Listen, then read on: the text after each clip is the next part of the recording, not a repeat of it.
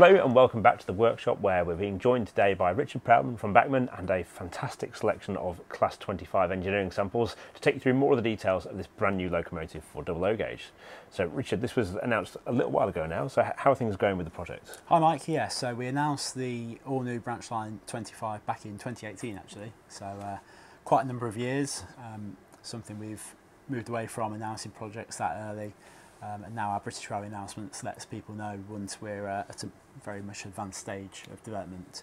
But the 25s have been going on in the background, and we've been sharing updates periodically as we've got to significant milestones with the engineering samples, which have been shown for a couple of years now. We had the livery samples for the two versions that we had announced about 12 months ago, and now we're at a stage of having the models ready. And in our next British Railway announcements, we'll be revealing the full details of those. So we've come along to show you what exactly we've been working on, because there was two models announced, but we've done a whole suite for the 25s. Yeah, I was going to say, and now we've actually got a really quite a comprehensive collection of locomotives on the layout here, which we're going to go through one by one as well to explain the difference as well. Yeah, certainly. And then we'll come on to the liveries that we've done and the identities for those models, which are going to be featuring in the summer 2024 range. Yeah, fantastic. So if we start with some of the basics then, and obviously the Class 25, a lot of people know what a Class 25 is, some might not, but they were introduced about 1961. I think there's 327 were built over the next 6 years. But there's lots of different subclasses of Class 25 as well, aren't there? Yeah, it's really confusing actually, because you've got the Class 24s. For the pre-top system, they were all Sulzer 2s, and that encompasses Class 24s and Class 25s. And visually, the differences were they didn't have a new demarcation for a different body style between sort of 24s and 25s. So you start with the 24s, which were first built without any head code boxes. They had disc head codes, and then you move on to later builds of the 24s that had the head code boxes, and they looked pretty much identical to the early 25s, the later 24s, and so 24 ones. Some of the 24 ones, not all of them. Not all of them, yeah. Some of the 24 ones also had a smooth head box as well. That's right, so, yeah. The tops classification didn't capture the details of the appearance so much. It was more about the internals. Yes, yeah. So the 24 ones and then the 25 O's are very much similar in appearance. Yeah. And then the 25 ones, which is where we've started the story with these new branch line models, came along, and they were noticeably different because you've got the head code boxes with the horns either side, and on the 25Os the horns weren't mounted there, so there was a different visual appearance, which is handy for us that want to sort of know, what is that, a 25O or is it not a 25O? So we're able to say now, right, we're past the 25Os, but then BR went along with the 25 ones for a while, and then we got the 25 twos, which a lot of them look different. So we've got 25 twos over here. Yeah, because that was the big difference with that, was he went from having the gangway communication doors on the front of the locos to having the three matching height, matching level bottom of the windows. That's right. That was a big change. They've got tidied all the body as well, haven't they? So rather than the grills being in the body side, they went to the cant rail and really cleaned up the appearance of the Class 25. There was a lot of dirt and debris able to get into the engine room compartment through those grills, and there were some comparisons done with the Class 26, Class 27 Type 2s. And which found that with the cant rail grills they were much better in the long term. So they thought, right, we'll invest in a new design for the body shell. But just to make things a little bit more complicated, 20 of the 25 twos were built at Darlington, who still use the same drawings for the 25-1 body shell, with all the side grills and the connecting doors. So just because it looks like that doesn't make it a 25-1. And just because it looks like that doesn't make it a 25-2 necessarily, because the same body style was then used for 25-3s. Yes. Which about, I think 80 of those were built. And essentially all the demarcation from these different classifications was relating to the equipment, which I'm sure obviously was very important to the crew and the drivers and anyone planning what traction would be on which train. But I think as modellers, a lot of the time we expect a different class or a different subclass to look different, because from a model point of view, we are paying a lot of attention to the detail of the model, rather than the specific traction motor that was fitted inside, because obviously on our 4mm to the foot models we've not got an actual traction motor inside and an actual Sulzer engine. So exactly. But saying that as well, actually, the closer you look at these locomotives, we've got six of them on the layout here in front of us today. Each one has got different features on it to make it different from the one next to it. Certainly, yeah. I mean, as with most of these diesel locomotives, first generation machines, they were all built to a relatively standard design within a certain set of constraints. But over the years, they had modifications made, whether that was widespread or at a local depot decided, oh well, this would be better if we do this. We'll change that. So you see the basic design, whether that's with the body side grills or the cant rail grills, they're sort of two defining types of Class 25 that we've got here. But then you look in the detail, and you've got locomotives that are fitted with boilers for steam heat to provide coaches with heating. Locomotives that don't have the boilers, so they've not got the water tank, which gives an obvious visual difference to the underframe. And then you've not got the associated vents and grills on the roof for that. And in later years, when steam heating was discontinued, even if they had the water tank, you might have the body side steps plated over. The communication doors on the 25-1 body style, they were plated over in due course because they weren't really used and just caused drafts for the crew. So here's a great working environment. We'll make it a little bit worse by making drafts in the front of the door, straight at you. Exactly. So can understand why they did that. Then we've got, going on to the 25-3s, they were fitted with an electronic speedo. So again, the differences were mainly inside, but from a visual point of view, that's something we can model to give that variation on the class. Yeah, and interestingly as well, there's a slightly more unusual variant. We'll go into each one in detail in a moment on these, but there's another variant of the 25-2 body shell, which is quite rare, which is where they had the boiler water tank on them as well, whereas most people, I certainly do think of 25-2s and 3s of having the half underframe on them rather than having the full tank. Right. So. Yeah, and with the 25-1s, most of them had boilers for steam heating, but there was, I think, 5 that didn't, so we've done that variation as well, which you could say, oh, it's just plug in a tank underneath the model, but it's not. You've got the roof variations as well, so it's a totally different body shell to the 25-1s, and the same with the 25-2 that has got the boiler, whereas most of them didn't. So going from, oh, you're just doing a 25-1, you're then into different sets of body shells and different combinations of tooling options, which creates a sort of mammoth project by the time you've deciphered it all and got all the bits that you want to cover to be able to offer people all the liveries and all the operational requirements they might want. They might want a freight loco, a passenger loco, and we try to cater for that in the selection of models that we've produced here. So, talk about the selection of models then. Should we look at each one in a bit more detail and we can go through the features of each loco? Yeah, certainly. So we've got the 25-1s on this side, the 3 locomotives in front of us. 2 of these have the boiler fitted, so we've got the tank underneath. The locomotive furthest away from us, that has got the body side steps plated over, so that's depicting a locomotive that's had its boiler isolated. We can see on the roof there's still got the vent and the grill, so that would be a boiler still present but isolated from use, so they've done some modifications to that. This would be more as built, so you've got the boiler in use, and you've got the connecting doors there in use if they were to be used, whereas at the front there we've got the doors plated over. Yes. The locomotive in the middle is one of the 5 that had the no boiler fitted from day one, so it's missing that tank, which makes it similar appearance to most of the 25-2s as far as the underframe is concerned, and then we've got no details on the roof relating to the boiler. So between the 3 versions on show here, we've got at least 2 different sort of defined time scales for the 25-1, along with that rarer option for the non-boiler fitted loco. I quite like as well the later period one at the front there as well with the isolated boiler. It's also got hinged grills on one side, which I think is to do with the air braking as well. Yes. Or certainly air brake equipped locomotives got those. So. Yeah, that's right. So another quite distinct difference, which we've had to do a new body for, but it's something that is a big part of the Class 25 story. Really. These locomotives lasted in traffic for well over 20 years. So there's quite a period to tell. And they had a lot of changes during that era as well, didn't they? So, and then moving on to the later body variant, again we've got 3 different locos here. Could you just talk us through the difference with those as well? Yeah, of course. So on these locomotives, as we mentioned earlier, one depicts, we've got furthest away from us, a boiler fitted loco, which was quite rare on the 25.2s, and none of the 25.3s were fitted with boilers. Then we've got differences to the roof, so we've got different roof exhaust arrangements. You can see the size of the panels differs.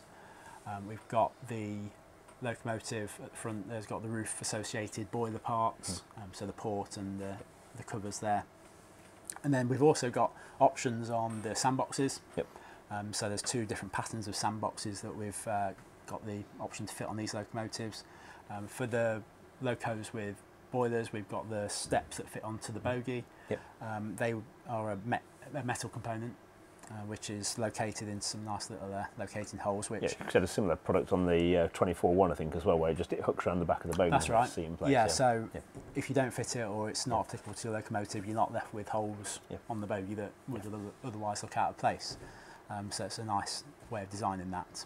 Looking over these models as a total collection as well, I mean, I can see them in front of us. There must be hundreds of separately fitted parts in each of these as well. Yeah, so you've got your basic injection molded body, but onto that we've fitted a lot of metal parts from the windscreen wipers, a lot of the handrails. We've got the X grills that you can see on the side. And that's one of the beauties of having the engineering prototypes in front of us. The livery samples look stunning, but it's hard sometimes to appreciate the different composition of the product, because in this form you can see quite clearly what's separate, what material it's made from. Clearly there's brass grills, we've got the stainless steel cant rail grills on the 25.2s, and we've got the metal buffers which are sprung.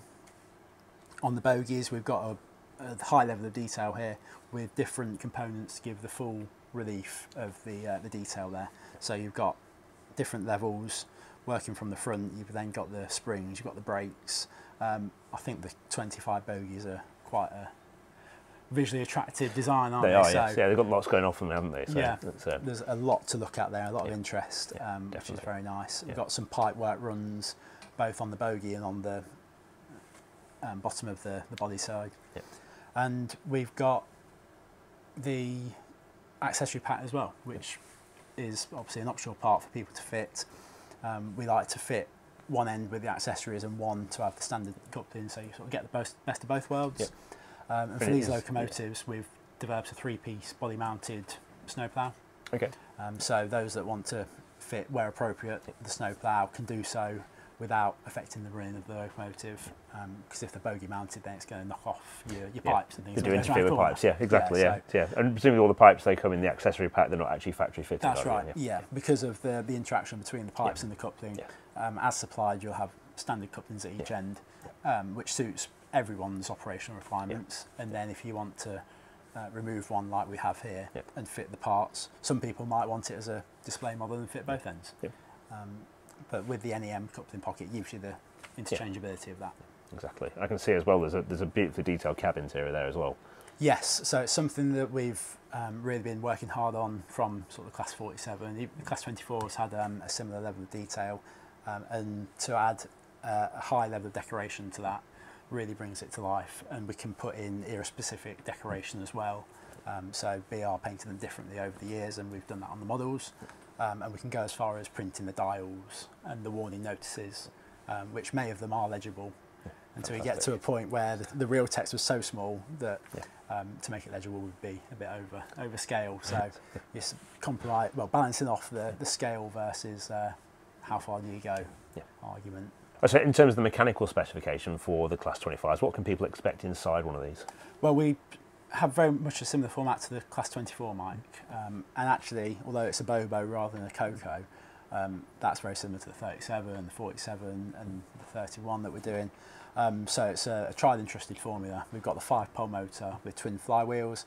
That's driving both bogies, and all the wheels are geared. We've got separate metal axle bearings on each axle. We've got electrical pickup from all wheels. On the 24 we had the 21-pin DCC interface, but we've upgraded that to a Plus 22 for this model. And then we've got a pre-fitted speaker on the whole range of models. There's directional lighting we've got the cab lighting, which is controlled by a DCC function at each end. And then on the later body style, because it's got the side windows, we've got the engine room lighting in there as well. And when you see through that, there is the detail engraved into the chassis block of the engine room components and the engine itself. Fantastic. And in terms of the lighting functions as well, does that allow independent switching of head and tail lights on these? Yes, it's a pretty standard feature on our models now. Underneath there's two switches to allow you to turn off the lights at each end or either end. So if you're always pulling a train, you're on analog control, then you can turn your reds off at the coupling end. And then if you go onto DCC, you've got the ability to control those directional lights via DCC off at each end as per your requirements. And then we've got, like I say, the cab lighting and the engine room lighting on the later body style controlled by DCC functions. Because in real life, the locomotives wouldn't have run with those lights on. No, that's right, yeah. And that's one of the reasons I asked the question. But particularly, it's one of those things for me, I like to be able to control now the tail lights and to be able to mimic the real life more accurately in models when I'm driving. So. Yeah, I think lighting in models has gone from a stage of it's a new thing, we like it, we want as much lights as we can, to now we're really looking at the way the real locomotives operated. And we have a few people ask why the cab lights don't work on analog. Well, the only way you can turn the lights on is to apply power. That would make the model move.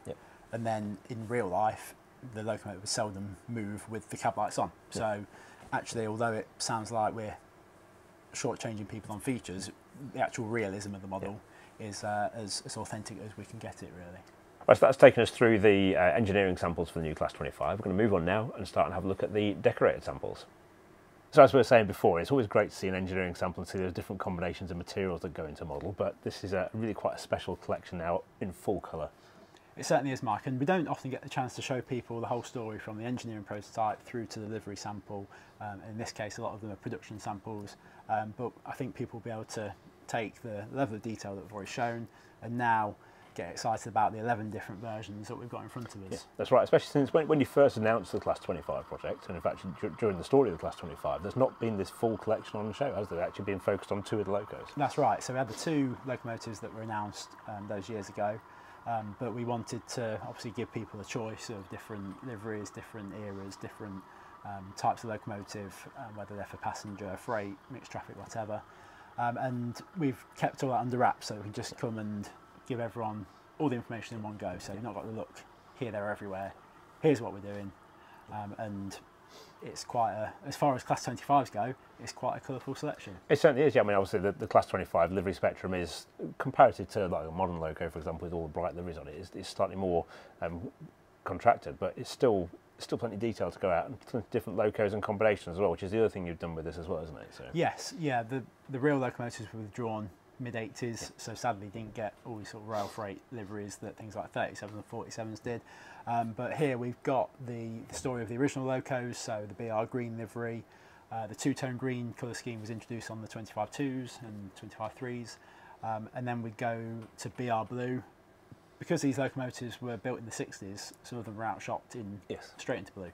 And we've got a nice example there, D7660, which was straight into blue, small yellow panels, one of only two or so locomotives to have that variation on the blue scheme.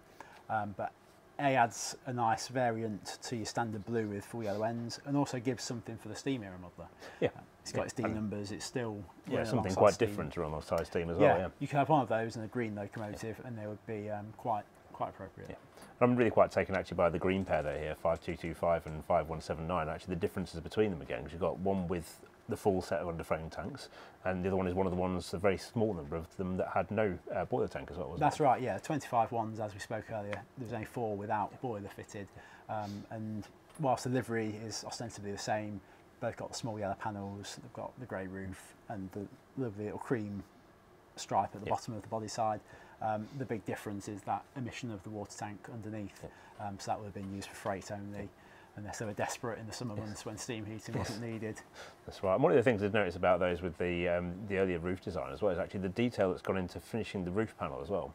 Yeah, so trying to reflect the materials used in the construction of the prototype, obviously different materials, fiberglass was used on these locomotives, and that has its own unique colour, which we've depicted with decoration. Obviously you won't want to have real fiberglass on the top of the No. model. I'm not sure how that would work with the moulding process, but No. we've taken a decoration approach to replicate that effect. Yeah, and all the rivet details. Is that decorated or is that actually moulded on those?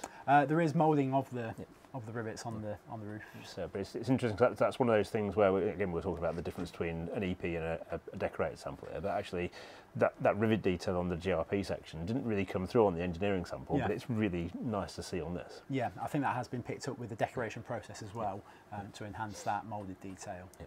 And then you talked about the cab interiors earlier in terms of the physical detail. You mentioned the level of printed detail that's going into these as well. I mean, we can see that now as well. Yeah, you can. And actually, if we take a cab interior out of the model, you can see in full 360 the amount of detail that's gone into that and the level of printing that's been applied.